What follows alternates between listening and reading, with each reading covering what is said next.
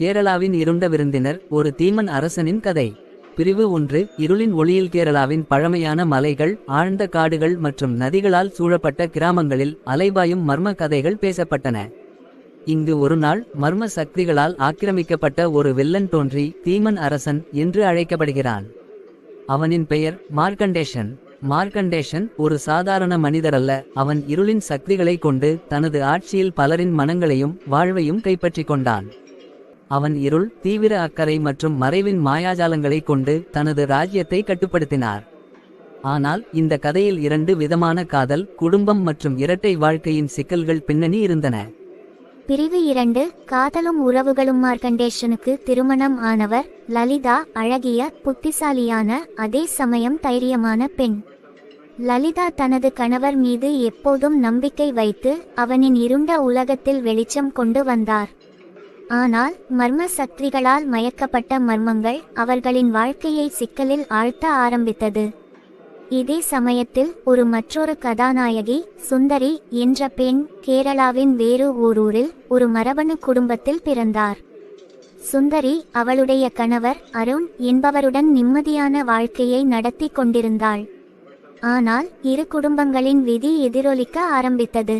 பிரிவு 3. 2 பக்கங்கள். இருளும் வெளிச்சமும். மார்க்கண்டேஷன் மற்றும் லலிதாவின் வாழ்க்கை இருள் மற்றும் மாயாஜாலங்களால் சூழப்பட்டிருந்தாலும் அவன் ஆட்சியின் பின்னால் ஒரு சுயம் உணர்வு மறைந்தது. அவன் இருளில் தழுவிய மனதில் அன்பின், நம்பிக்கையின், மனிதத்துவத்தின் ஒளி மீண்டும் தோன்றும் நம்பிக்கை ஒளிர்ந்தது. லலிதாவின் அன்பு அவனை ஒரு மாறுபட்ட பாதையில் அழைத்தது. அப்பொழுது அவன் உண்மையான மனிதனாக மாறத் தொடங்கியது. மற்றொரு புறம் சுந்தரி தனது கணவர் அருணுடன் வாழ்ந்தாலும் வாழ்க்கையின் ஓரளவிலும் அவள் கனவுகள், எதிர்பார்ப்புகள் மறைந்துவிட்டன என்று உணர்ந்து மனதை கேடு செய்தார். அவள் மனதில் ஒரு கேள்வி, என்னவாக இந்த வாழ்க்கை என்ற கேள்வி எழுந்தது. பிரிவு 4. மர்மச் சவால்கள். கேரளாவின் மர்ம காட்டுகளில் மர்ம சக்திகள், குண்டுகளும் மாய்களும் நடந்து கொண்டிருந்தன. மார்க்கண்டேஷனின் ஆட்சியில் இருளின் சக்திகள் பெருகின.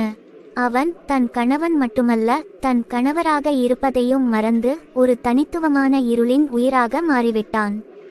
ஒரு நாள் அவன் தனது இருளின் செல்வாக்கை பரப்பும் போது ஒரு அப்பாற்பட்ட மர்ம சக்தி அகிலா என்ற மறைந்தவள் அவனுடைய மனதை தாக்கியது. அகிலா மர்ம தெய்வம் போன்று அவனுடைய மனதை தாக்கி அவனின் உள்ளார்ந்த மனித உணர்வுகளை மீட்டெடுக்க முயன்றாள். அதனால் மார்க்கண்டேஷனின் வாழ்க்கையில் ஒரு புதிய திருப்பம் ஆரம்பமானது.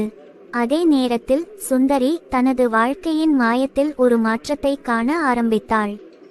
அவள் தனக்குள் ஒளியை தேடி பழமையான மரபுரிமைகளை மறந்து தன் மனதின் உண்மையை உணர்ந்து நம்பிக்கையை மீண்டும் பெற முயன்றாள்.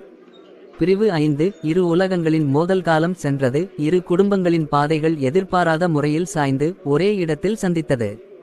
மார்க்கண்டேஷன் மற்றும் லலிதாவின் கோட்டையில் இருளின் மாயாஜாலங்கள் கலக்கப்பட்டன. அங்கு சுந்தரி மற்றும் அருணின் வாழ்க்கை அழகான எளிமையான மனித உறவுகளின் சிம்போனி போல உச்சியில் கலந்தது. ஒரு இரவின் மத்தியிலும் கேரளாவின் மலைகளின் நடுவில் அமைந்த கோட்டையில் 2 குடும்பங்களும் அவற்றின் எதிர்மறையான மற்றும் நேர்மையான உணர்வுகளை பகிர்ந்து கொண்டிருந்தனர்.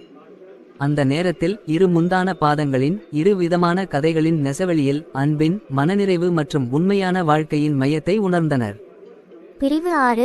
உளவியல் திருப்பங்கள். மார்க்கண்டேஷன் தனது இருளின் ஆட்சியில் தன் உள்ளார்ந்த மௌனத்தை உணர்ந்து தன் மனதை மாற்ற முயன்றான். அவன் லலிதாவின் அன்பு, ஆதரவு மற்றும் நம்பிக்கையின் வெளிச்சம் மூலம் தன் வாழ்க்கையின் மறைந்த சிந்தனைகளை மீட்டெடுக்க ஆரம்பித்தான். இருளின் சக்திகள் அவனை உள்நோக்கிய முறையில் ஆட்கொண்டாலும் அவன் மனித மனதில் ஒளி மீண்டும் பிரகாசிக்கத் தொடங்கியது. மற்றொரு புறம் சுந்தரி தனது கணவர் அருணோடு சேர்ந்து வாழ்க்கையின் புதிய பாதையை தேடி தன் உள்ளார்ந்த உணர்வுகளை வெளிப்படுத்த முயன்றாள். அவள் பழமையான மரபுகளை விட்டு நவீன கருத்துக்களை ஏற்று தன் மனதை சுதந்திரமாக்கிக் கொண்டாள். பிரிவு 7. மோதலின் மையத்தில். ஒரு மிக முக்கியமான நாள். கேரளாவின் மலைகளில் அமைந்த ஒரு பாரம்பரிய விழாவில் இரு குடும்பங்களும் ஒரே மேடையில் சந்தித்தனர். அங்கு மார்க்கண்டேஷன், லலிதா, சுந்தரி மற்றும் அருண் எல்லோரும் தங்களது உண்மையான சுயத்தை வெளிப்படுத்த தொடங்கினர். விழாவில் மார்க்கண்டேஷன் தன் இருளின் மாயாஜாலங்களை முறித்து மனித உணர்வுகளின் வெளிச்சத்தை ஏற்றுக்கொண்டார். அவன், நான் ஒரு தீமன் அரசனாக மட்டுமல்ல, நான் ஒரு மனிதனும் என்று கூறி அனைவரையும் தன் உள்ளார்ந்த உணர்வுகளின் பகுதியை பகிர்ந்து கொண்டார். லலிதா அவன் அருகில் நின்று தன் கணவரின் மாற்றத்தை பாராட்டினார். அதே சமயத்தில் சுந்தரி என்னை ஒரு பெண்ணாக மட்டும் காண வேண்டாம், என் உள்ளம், என் கனவுகள், என் சுதந்திரத்தை புரிந்து கொள்ளுங்கள் என கூறி தன் உண்மையான மனதை வெளிப்படுத்தினாள். அருண் அவரது மனைவியின் துணையாக அவருடன் இணைந்து வாழ்க்கையின் சிக்கல்களை எதிர்கொள்ள தயாராக இருந்தார். பிரிவு 8 மன்னிப்பும் மாற்றமும். விழாவின் பின் கோட்டையின் சுவடுகளில் இருள் மாறி நகர்களின் ஒளி பரவியது போல இரு குடும்பங்களின் வாழ்க்கைகளும் புதிய பாதையில் முன்னேறத் தொடங்கின. மார்க்கண்டேஷன் தன் மன்னிப்பும் மாறுதலும் இருளின் சக்திகளை முறித்துவிட்டு மனித உணர்வுகளை ஏற்றுக்கொண்டார். லலிதாவின் அன்பு அவனை உண்மையான மாற்றத்தின் வழியில் கொண்டு சென்றது. அதே நேரத்தில் சுந்தரி மற்றும் அருண் தங்களது வாழ்க்கையின் பிரச்சினைகளுக்கு நேர்த்தியான திறமையான தீர்வுகளை கண்டுபிடித்து தங்கள் உறவுகளை மறுபடியும் உறுதிப்படுத்தினர். இரு குடும்பங்களும் தங்களது பழைய சிக்கல்களை விட்டு புதிய எதிர்காலத்தை நோக்கி முன்னேறின.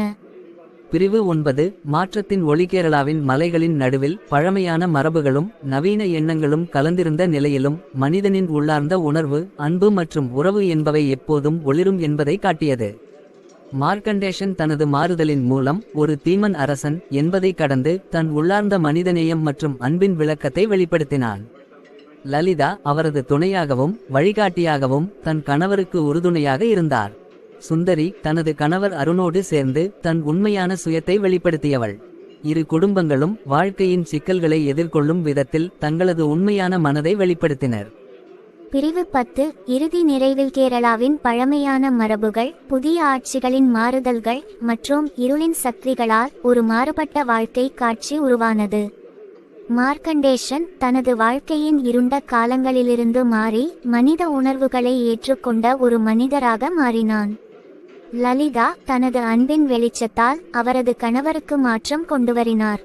சுந்தரி மற்றும் அருண் தங்களது வாழ்க்கையின் சிக்கல்களை எதிர்கொண்டு புதிய எதிர்காலத்தை நோக்கி முன்னேறினர். இந்த 4 உயிர்களின் வாழ்க்கை காதல், நம்பிக்கை, மாற்றம் மற்றும் மன்னிப்பின் திரைக்கதையாக கேரளாவின் நிலங்களில் இன்றும் பேசப்படுகிறது. முடிவு. இந்த கதையில் இருள் மற்றும் வெளிச்சம், தீமையும் மனிதநேயமும், பழமையும் புதுமையும் அனைத்தும் கலந்துள்ளன. கேரளாவின் மலைகளின் நிழலில் மார்க்கண்டேஷன், லலிதா, சுந்தரி மற்றும் அருண் தங்களது வாழ்க்கையின் சிக்கல்களை, மாறுதல்களை மற்றும் இறுதியில் உண்மையான அன்பின் வெளிச்சத்தை கண்டறிந்தனர். கதையின் ஒவ்வொரு திருப்பமும் ஒரு புதிய ஆரம்பத்தின் அறிகுறியாக இருந்தது. தீமன் அரசன் என்ற பட்டப்பகுதியில் தன் இருளை முறித்த மார்க்கண்டேஷன் உண்மையான மனிதநேயம், அன்பு மற்றும் மன்னிப்பின் முக்கியத்துவத்தை அனைவருக்கும் எடுத்துக்காட்டினார். அதேபோல் லலிதாவின் உறுதியான அன்பும் சுந்தரி மற்றும் அருணின் மனதின் சுதந்திரமும் இரு குடும்பங்களையும் புதிய எதிர்காலத்திற்காக இணைத்தன. இப்போது கேரளாவின் மலைகளின் மத்தியில் பழமையான மரபுகளும் புதிய கனவுகளும் மனித மனத்தின் உண்மையான அழகையும் அதன் மாறுதலையும் கதை கூறுகின்றன. இந்த கதையின் ஒளி இருளின் மாயையை முறித்து அன்பின் உண்மையான மையத்தை வெளிப்படுத்தியது. இவ்வாறு மார்க்கண்டேஷன், லலிதா, சுந்தரி மற்றும் அருண் ஆகியோரின் வாழ்க்கை இருளின் சக்திகளையும் மனித உணர்வுகளையும் மற்றும் உறவுகளை. இத்துடன் கதை முடிகிறது. மீண்டும் அடுத்த ஒரு நல்ல கதைக்காக காத்திருப்போம். ப்ளீஸ் சப்ஸ்கிரைப் செய்து கொள்ளுங்கள்.